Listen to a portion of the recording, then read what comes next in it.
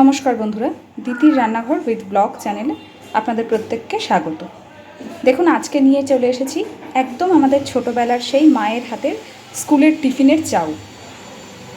তো যেভাবে আমার মা আমাকে বানিয়ে দিত স্কুলের টিফিনে, আমিও আজকে ঠিক সেইভাবেই আপনাদের দেখাবো। চলুন শুরু করি। তো দেখুন বন্ধুরা, আমি কড়াই বসিয়ে দিয়েছি আর কড়াইতে জলের মধ্যে একটু তেল দিয়ে দিয়েছি। এবার আমি চাউটাকে ভালোভাবে আগে সিদ্ধ করে নেব। জলটা একটু গরম হলে তারপরে আমি চাউটা এখানে দেব।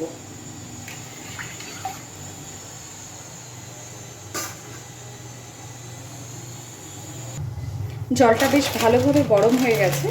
এবার আমি চাউটাকে জলের মধ্যে দিয়ে দিচ্ছি।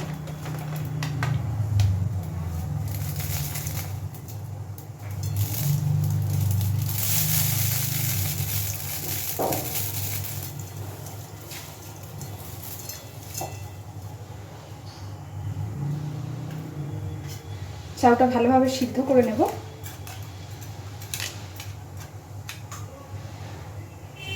এখানে একটা ছোট্ট টিপস যেটা আমি করি সেটা আপনাদের সাথে শেয়ার করি। চাউটা সিদ্ধ করে নেওয়ার পরে চাউটাকে জলটা ঝরিয়ে নেওয়ার পরে একটু ঠান্ডা জলে যদি ধুয়ে নেওয়া যায় তাহলে কিন্তু চাউ আটকে আটকে যায় না, একটার সাথে একটা একদম ঝরঝরে থাকে। তো যদি মনে হয় আপনাদের এই টিপসটা কাজে লাগবে, একবার বাড়িতে ট্রাই করে দেখতে পারেন। আমার কিন্তু বেশ কাজে লাগে।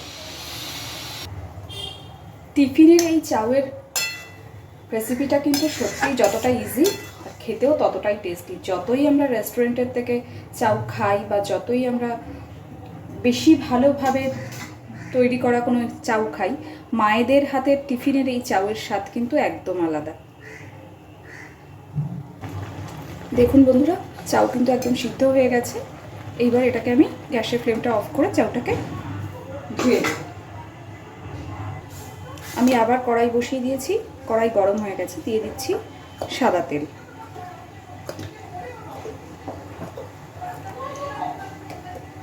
খুব ভালো করে এবার তেলটা গরম করে নেব। তেল খুব ভালোভাবে গরম হয়ে গেছে। এবার আমি দিয়ে দিচ্ছি পেঁয়াজ কুচি আর কাঁচা লঙ্কা কুচি।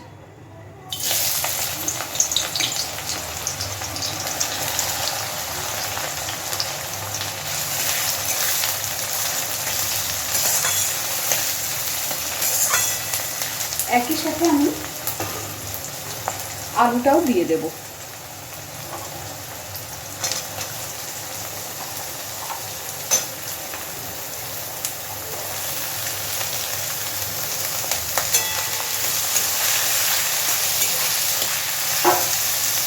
খুব ভালোভাবে এবার আলুটাকে আর পেঁয়াজটাকে ভেজে নেব।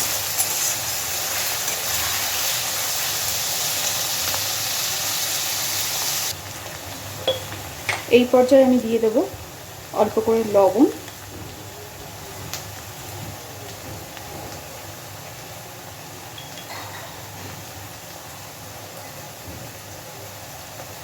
আর আমি সামান্য একটু হলুদ দেব। আপনারা কিন্তু চাইলে হলুদটা না দিতেও পারেন, কিন্তু আমার মাকে আমি দেখতাম ছোটোবেলায় আমার টিফিনের চাউতে মা হলুদ দিত, তো সেই জন্যই আমিও দিলাম।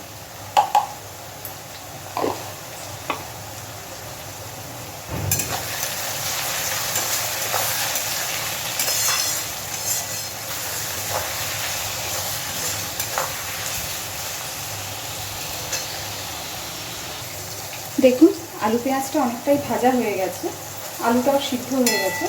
এবার আমি দিয়ে দিচ্ছি ছোট করে কেটে নেওয়া সোয়াবিন।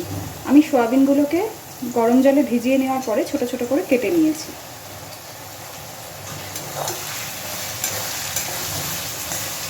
সোয়াবিনটা দিয়ে আরও মিনিট দুয়েক একটু ভেজে নেব।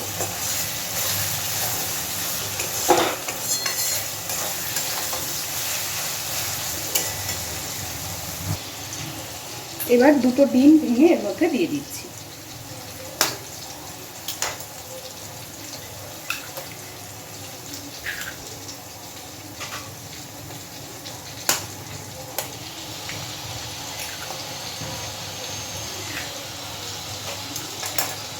খুব ভালোভাবে ডিমটাকেও এবার মিশিয়ে ভেজে নেব।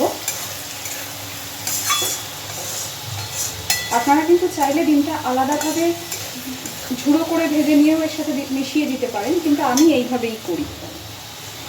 এটাতে খেতে আমার যেন মনে হয় একটু আলাদা টেস্ট আসে।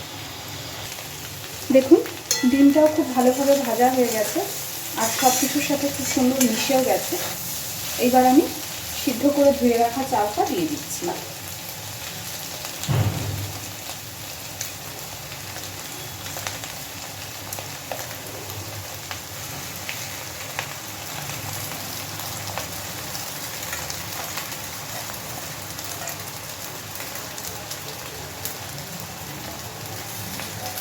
চালটা দিয়ে হালকাভাবে সুন্দর করে মিশিয়ে নিই।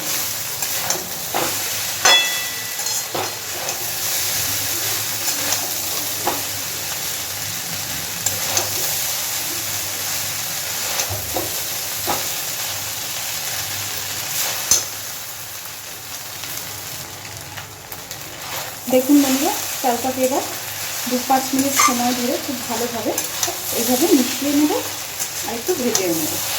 দেখেই বুঝতে পারছেন চাল কিন্তু একদমই ঝরঝরে হয়ে আছে।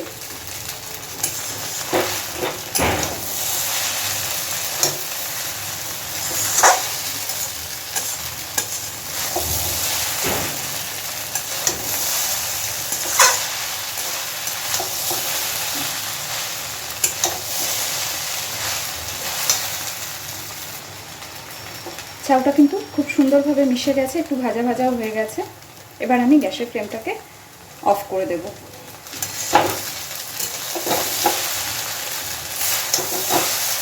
দেখুন খুব সুন্দরভাবে মিশে গেছে আর একদম ঝরঝরে আছে। তো এবার গ্যাসটা অফ করে দিচ্ছি। অবশ্যই বাড়িতে একবার এইভাবে ট্রাই করে দেখবেন। ঘরোয়াভাবে এইভাবে চাউটা খেতে ভীষণই ভালো হয়। আর যদি এইভাবে চাউটা আপনাদের ভালো লাগে তাহলে আমাকে জানাবেন অবশ্যই। আর প্লিজ আমার চ্যানেলটাকে লাইক, শেয়ার এবং সাবস্ক্রাইব করে আমার পাশে থাকবেন। ধন্যবাদ।